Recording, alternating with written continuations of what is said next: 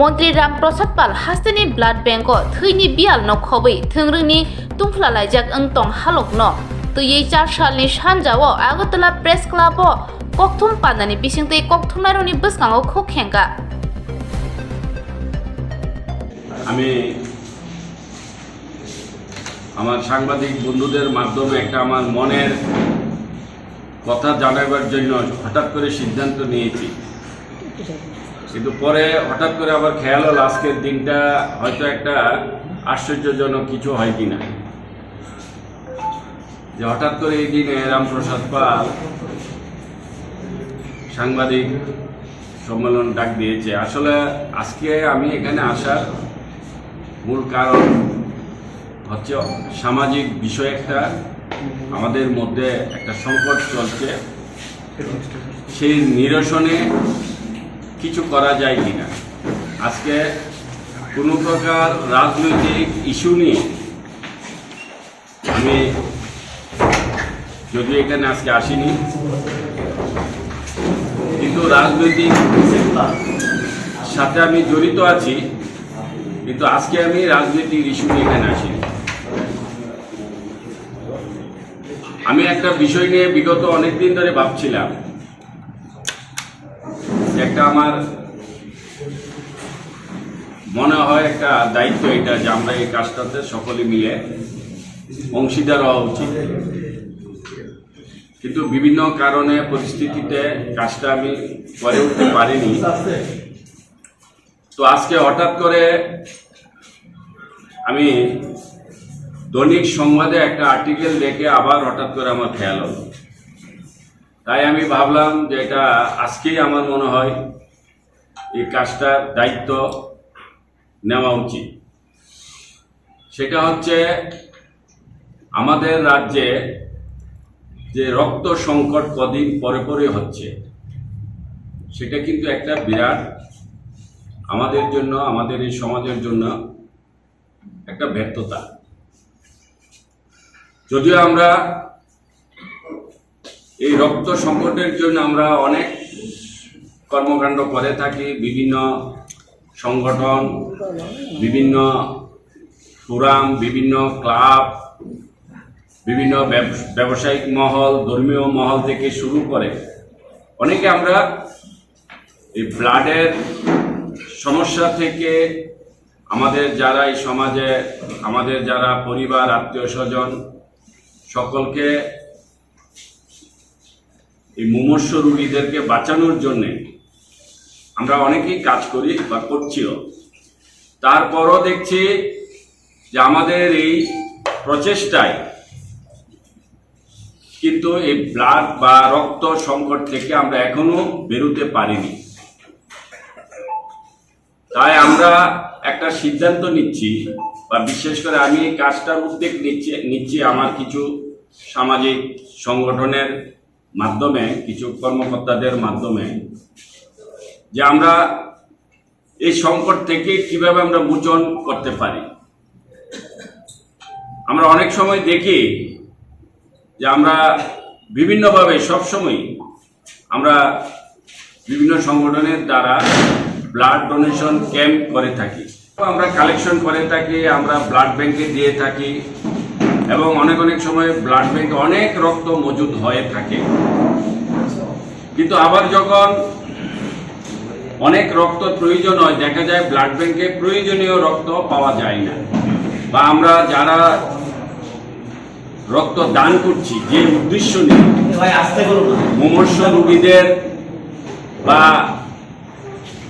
আমরা যে একটা সামাজিক দায়বদ্ধতা নিয়ে যারা আমরা রক্ত দিচ্ছি, আমাদের সেই রক্তটা আমাদের যে আমরা উদ্দেশ্য নিয়ে আমরা রক্তটা আমরা সমাজের কাজে উৎসর্গ করছি, সেটা কাজে আসে না। অর্থাৎ আমাদের রাজ্যে রক্ত মজুদ রাখার মতন সেই পর্যাপ্ত পরিমাণ এখনো ব্যবস্থা হয়ে উঠেনি, বা বেসরকারি হসপিটালও সেই রকম কোনো ব্যবস্থা নেই। আমাদের প্রতিদিন গড়ে আমরা দেখছি 80 থেকে 100 প্যাকেটের বা 100 মতো রোগীর রক্তের প্রয়োজন হয়ে থাকে প্রায় সময়, কিন্তু রক্ত অনেক সময় অনেক হয়ে যায়, কিছুদিন থাকে, তার যে একটা মজুদ থাকার যে সময় থাকে, সময়ের পরে রক্তটা আমরা কাজে লাগাতে পারি না, সেটা আমাদের অনেক সময় অপ্রয়োজনীয় হয়ে পড়ে। তো এইসব সমস্যা কারণেও কিন্তু আমাদের রক্তের অনেক সংকট আমাদের সামনে চলে আসে। তাই আমরা একটা সংস্থা আমরা এই দায়িত্ব নিতে চাই যে আমাদের যারা রক্ত দান করছে তাদের যে রক্তটা যে উদ্দেশ্য মানসিকতা নিয়ে দিচ্ছে, তারা রক্তটা যেন কোনো অবস্থাতেই অপ্রয়োজনীয় না হয়, এবং যে সকল মুমূর্ষ রোগী বা যারা আমাদের এই সমাজের বা আমরা যারা আত্মীয় স্বজন বা যারা আমাদের সকল যারা আমরা আছি, যখন আমাদের রক্ত প্রয়োজন হয়, সেই প্রয়োজন মোতাবেক যেন আমরা রক্তটা সময় উপযোগী এবং প্রয়োজনীয় পেতে পারি, এবং যিনি দিচ্ছে উনিও যেন ওনার যে মহৎ উদ্দেশ্য সেটা যেন কাজে লাগাতে পারে। সেই জন্য আমরা আজকে আপনাদের মাধ্যমে, সত্যি কথা যেটা, এই কাজটা করতে গেলে যদি আমরা মনে করি আমাদের রাজ্যে বা আমাদের এই সমাজে প্রকৃতভাবে রক্ত সংকট থেকে আমরা সবাইকে আমরা যদি বাঁচাতে চাই, এবং এই কাজটা যদি একদম নিচ লেভেল অব্দি সারা ত্রিপুরায় যদি এই সংকট থেকে আমরা আমাদের ত্রিপুরাবাসীকে বাঁচাতে চাই, তাহলে আমাদের মাধ্যম সেটা আপনাদের মাধ্যমেই করতে হবে। আপনাদের ছাড়া, আমাদের সাংবাদিক ভাইদের ছাড়া, আমাদের মিডিয়া বন্ধুদের ছাড়া সেটা করা সম্ভব না। তাই আমি আপনাদের কাজ যেন শুরু করতে পারি এবং আপনাদের মাধ্যমে যেন আমাদেরকে এই কাজে সহযোগিতা করার জন্য সমস্ত রাজ্যবাসী, সমস্ত বিভিন্ন রকমের সামাজিক সংগঠন বা এই সমাজে যারা মহত্বপূর্ণ কাজ করার যাদের মানসিকতা, তারা যেন এগিয়ে আসে। আমরা চাই একটা এরকম একটা পরিস্থিতি যে যারা রক্ত দেবে তারা যেন নিজ মানে চাক্ষুষে নিজের দ্বারা যেন উনি যাকে, যে মুমূর্ষ রোগীকে বা যাকে রক্তটা দান করছে, উনি যেন নিজে গিয়ে স্বয়ংক্রিয়ভাবে দিয়ে উনি যেন নিজে স্যাটিসফাই হতে পারে। এটা হচ্ছে একটা প্রথম আমাদের কাছে একটা রিজন বা একটা চিন্তা ভাবনা। আমরা অনেকেই রক্ত দেই, কিন্তু আমার রক্তটা কাকে দিচ্ছি, কিভাবে দিচ্ছি, আসলে এটা কতটুকু কাজে হচ্ছে না, এটা আমি যে উদ্দেশ্য নিয়ে দান করছি সেটা কেউ না কেউ বিক্রি করে দিচ্ছে। অনেকের কাছেই কিন্তু এইরকম একটা প্রশ্ন থাকে, যার ধরুন আজকে অনেক সময় আমাদের সবাই আমরা রক্ত দিতে পারি, আমাদের সবার কাছে রক্ত আছে, আমরা কিন্তু সেই রক্ত সংকট থাকার কোনো দরকারই থাকে না, কিন্তু তারপরও হচ্ছে। তার কারণ একটাই, যারা রক্ত দিতে চায় তাদের মনে সকলের একটা প্রশ্ন থাকে যে আমার রক্তটা সঠিকভাবে কাজে লাগছে কিনা, বা আমার রক্তটা আমি দান করছি সেটা দানের মতো হচ্ছে কিনা, না সেটা নিয়ে কোনো প্রকার ব্ল্যাক মার্কেটিং হচ্ছে। অনেক সময় পত্র পত্রিকা, মিডিয়ার মাধ্যমে অনেকেই অনেক সময় অনেক কিছু শুনে থাকে। তার জন্য যাদের ইচ্ছা থাকে তারা অনেক সময় ইচ্ছা থাকা সত্ত্বেও তারা রক্ত দান করতে আসে না। তো সেই জন্য আমরা ভাবলাম সমস্ত কিছুই সমস্যা দূর হবে যদি আমরা কাজটা এইভাবে করি, যে আমরা একটা রক্ত সংকট মোচন একটা ক্লাবের নামে, বা আমরা ব্লাড সলিউশন ক্লাব, অর্থাৎ যে রক্তটা যে সংকট হচ্ছে সেটা সলিউশন আমরা সকলে মিলে সবাই একসাথে করব। অর্থাৎ আমরা কিছু হোয়াটসঅ্যাপ নাম্বার বর্তমানে আমরা দিচ্ছি, তারপর এটাকে ডেভেলপ করব। এখন আপাতত যেহেতু আজকে হঠাৎ আমরা বসেছি, যে যারা সারা রাজ্যে বা কোথাও যাদের যে কোনো গ্রুপের রক্তের প্রয়োজন হয়, তারাও আমাদেরকে আমাদের হোয়াটসঅ্যাপের মাধ্যমে তারা আমাদের সাথে যোগাযোগ করতে পারবে। এবং যারা ডোনার, যারা রক্ত দিতে চায়, তার গ্রুপ সহ তার অ্যাড্রেস সহ আমাদের কাছে আমাদের হোয়াটসঅ্যাপ গ্রুপে দিয়ে দেবে, আমরা সেই কাজটা করব।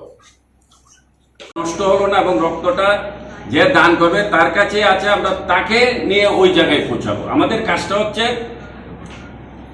রোগী এবং ডোনার দুজনকে মিলিয়ে দেওয়া, অর্থাৎ যাতে করে ডোনারও স্যাটিসফাই, রোগীও সময় মতো সে রক্ত পায়।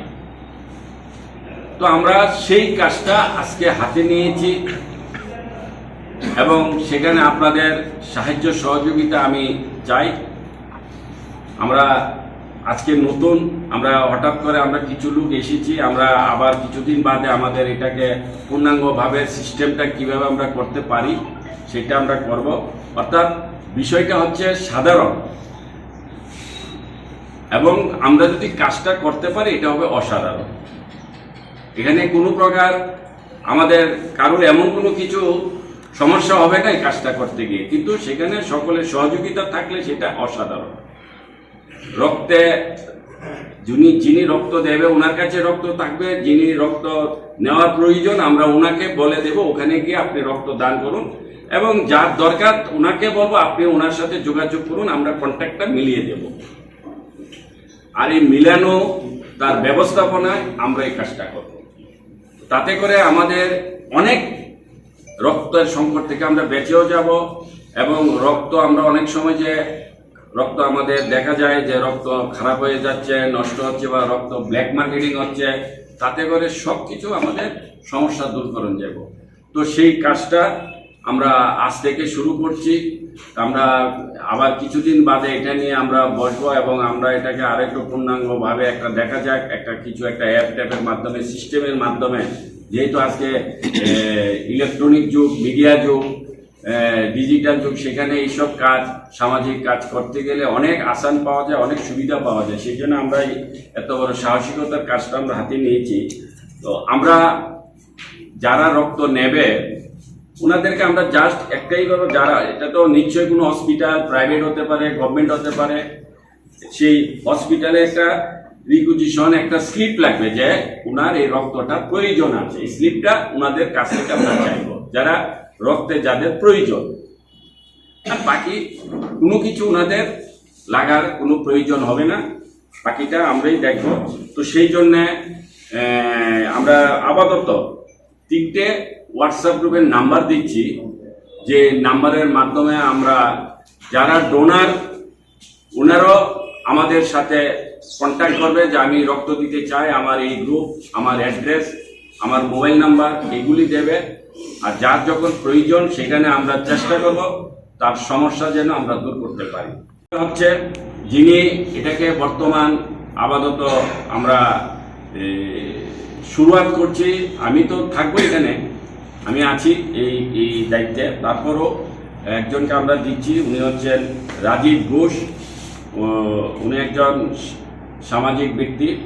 আর আমাদের 3টা হোয়াটসঅ্যাপ নাম্বার হচ্ছে 8974276061, 9436775536, আরেকটা হচ্ছে 9774019333।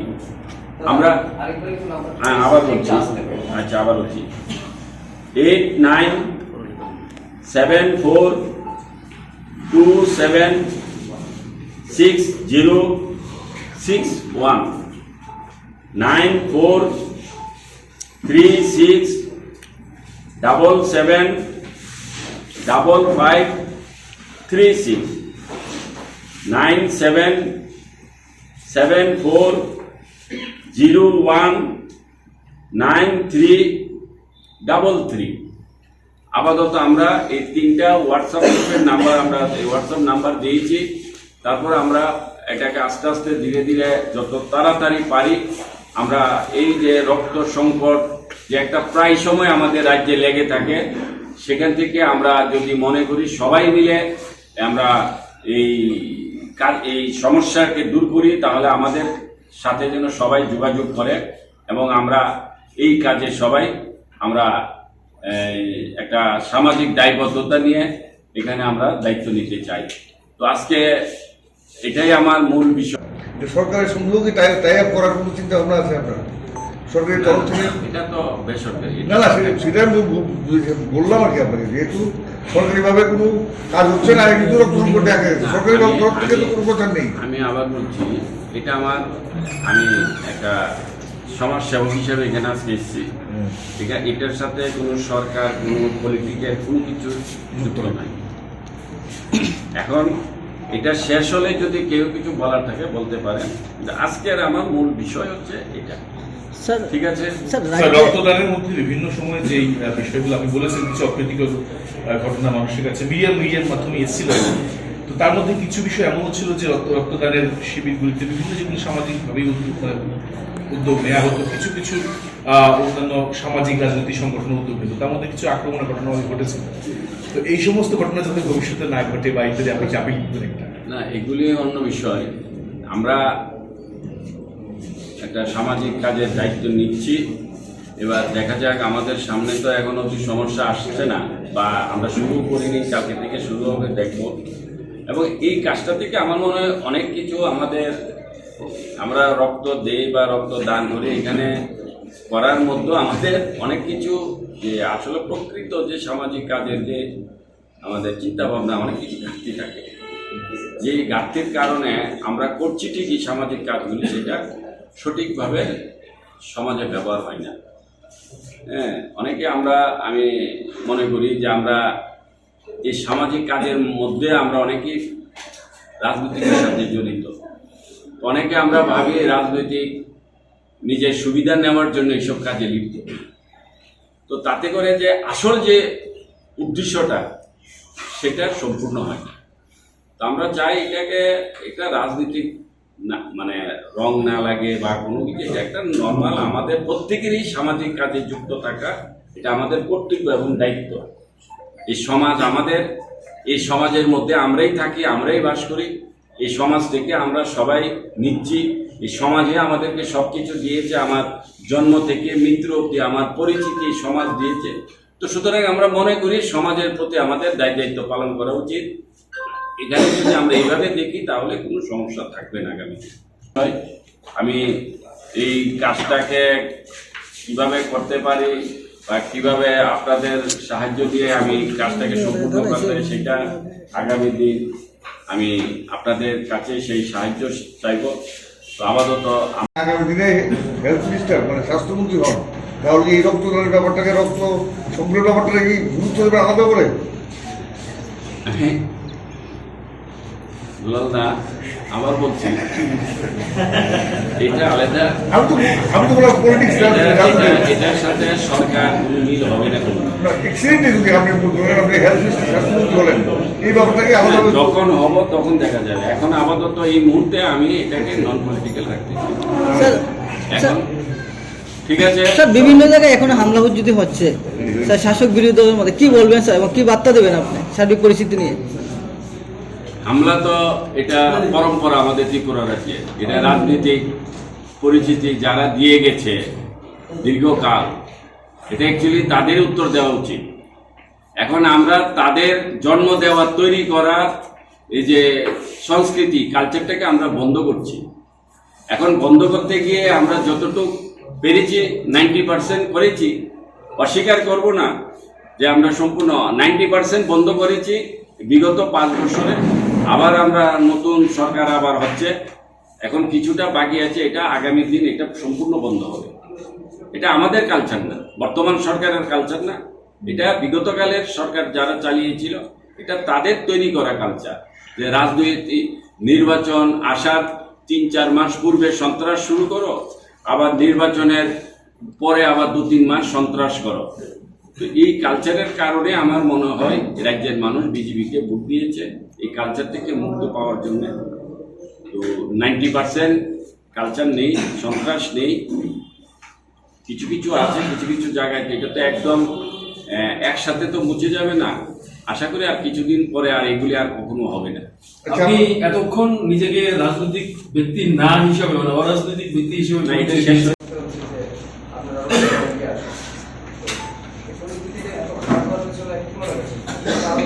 আমি মধ্যে দিয়ে বলেছিলাম যে এই রক্ত সংকটের বিভিন্ন কারণ, তার মধ্যে অ্যাকচুয়ালি তো আমাদের যে সামাজিক চেতনা যেটা আগে আমাদের মধ্যে ছিল, আমি এখানে বলবো আমাদের কিছু সামাজিক চেতনার অবক্ষয় হচ্ছে। এটা হচ্ছে প্রথম বিষয়। দ্বিতীয় বিষয় হচ্ছে যে আমরা যারা দীর্ঘদিন ধরে এই ধরনের কাজে, সামাজিক কাজে লিপ্ত ছিলাম, বা যারা আমরা এই কাজগুলি করি, এর মধ্যে যেহেতু এখন ইলেকট্রনিক্স মিডিয়া, বিভিন্ন সংবাদ মাধ্যম এখন আগের তুলনায় অনেক স্ট্রং, তো যদি কোনো কারণে একটা কোনো কিছু ভুল বা ভুল কাজ হয়ে যায়, বা যেরকম আমি বলতে পারি, যেটা আগেও বলেছি, যে যারা রক্ত দিচ্ছে তাদের ভিতর অনেকটা প্রশ্ন জেগে গেছে। কারণ অনেক সংবাদের মাধ্যমে অনেকেই অনেক কিছু শুনছে যে রক্ত ব্ল্যাক মার্কেটিং হচ্ছে, রক্ত নষ্ট হয়ে যাচ্ছে, রক্ত রাখার মজুদ নেই, বিভিন্ন কারণে মানুষ এখন এই যে একটা তার যে প্রবণতা, তার যে একটা ইচ্ছা শক্তি রক্ত দেওয়ার, সেখান থেকে মানুষ কিছুটা লুপ্ত হচ্ছে। তো সেই কারণে অনেকে এগিয়ে আসেন, আগে যেটা মানুষ করত নিজের চোখ দেখে। আমার ধারণা এটা এমন কিছু ঘটনা আমি দেখেছি, সেটা একটা কারণ। তো সেই জন্য এইসব কারণগুলি আমার মনে হয় আমরা যদি এইভাবে কাজটা করি, আমার মনে হয় মানুষের মধ্যে অনেক বিশ্বাস আসবে, অনেক ভরসা আসবে, এবং যিনি রক্ত দিচ্ছে, দান করছে, এবং যাকে দান করছে, ওনাদের মধ্যে একটা সুসম্পর্ক হবে, একটা পারিবারিক সম্পর্ক হবে, যে আমি এই মুখে রক্তটা দিয়েছি, যে ব্যক্তি এই রক্তের মাধ্যমে যিনি তার নিজের আবার নতুন জীবন পেয়েছে, তার প্রতিও একটা মানে অর্থাৎ একটা সামাজিক পারিবারিক অনেক কিছু পরিবর্তন হবে। আচ্ছা, কিন্তু বিজেপির ভোট কমেছে প্রায় 13%, আসন কমেছে 11টা, এই নিয়ে কি বলবেন? দেখুন, আপনারাই বলেছেন বিজেপি 1.5% পার্টি, তারপরে বিজেপি আবার বেড়েছে, আবার কমবে। রাজনীতি মানে জোয়ার বাটা, রাজনীতি এমন নয় স্থিতিশীল, এক জায়গায় থাকবে। পরিস্থিতি অনুযায়ী জনতা ভোট দেয়, কিন্তু জনতার একটা কনসেপ্ট থাকে যে আমরা কি চাই, সেই চাওয়া পাওয়ার বিনিময়ে ভোট দেয়। 5 বছর বিজেপি সরকার করেছে, আবার বিজেপি সরকার বানানোর জনতা বিজেপিকে দায়িত্ব দিয়েছে। এখন ভোট কমতেও পারে, বাড়তেও পারে, সেটা বড় বিষয় নয়। বড় বিষয় হচ্ছে জনতা ভারতীয় জনতা পার্টিকে রায় দিয়েছে আবার সরকার বানানোর জন্য। দেখা যাক, আবার যদি আগামী 5 বছর আরো বেশি কাজ করে, আবার ভোট বেড়ে যাবে। আমরা তার আগে কাজ করিনি, সেই জন্য ভোট বেশি ছিল। এবার কাজ করেছি, হয়তো জনতা কিছু কিছু জনতার কাছে হয়তো তারা স্যাটিসফাই হয়নি, তারা ভোট দেয়নি। যারা স্যাটিসফাই হয়েছে তারা ভোট দিয়েছে। তা আমাদের যে যে ঘাটতিগুলি আছে, আমরা চেষ্টা করব যাতে আগামী দিন সেই ঘাটতিগুলি না থাকে, সমস্ত জনতাই যেন খুশি থাকে, এবং আবার যেন আমাদের আরো ভোট বাড়ে। আপনার বিধানসভা কেন্দ্র সূর্যমণিনগর কি পিসফুল আছে? পিসফুল তো চেষ্টা করি। মানে আপনার করোনা আমার কাছে এখন একটু খবর নেই, আপনার কাছে আছে কি? না, আপনার কাছে আসেনি দিকে না। আমার কাছে খবর নেই। আমি তো আগে থেকে রেডি। আমার এলাকায় আমি আগেই বলেছি, আমার ছেলেদেরকে নিয়ে রেজাল্ট বেরোনোর আগেই বলেছি যে আমার এলাকায় কোনো প্রকার কোনো ধরনের রাজনৈতিক সন্ত্রাস বরদাস্ত করা হবে না, আর যদি করে সে রেহাই পাবে না। এটা আগেরই। ওকে, থ্যাংক ইউ।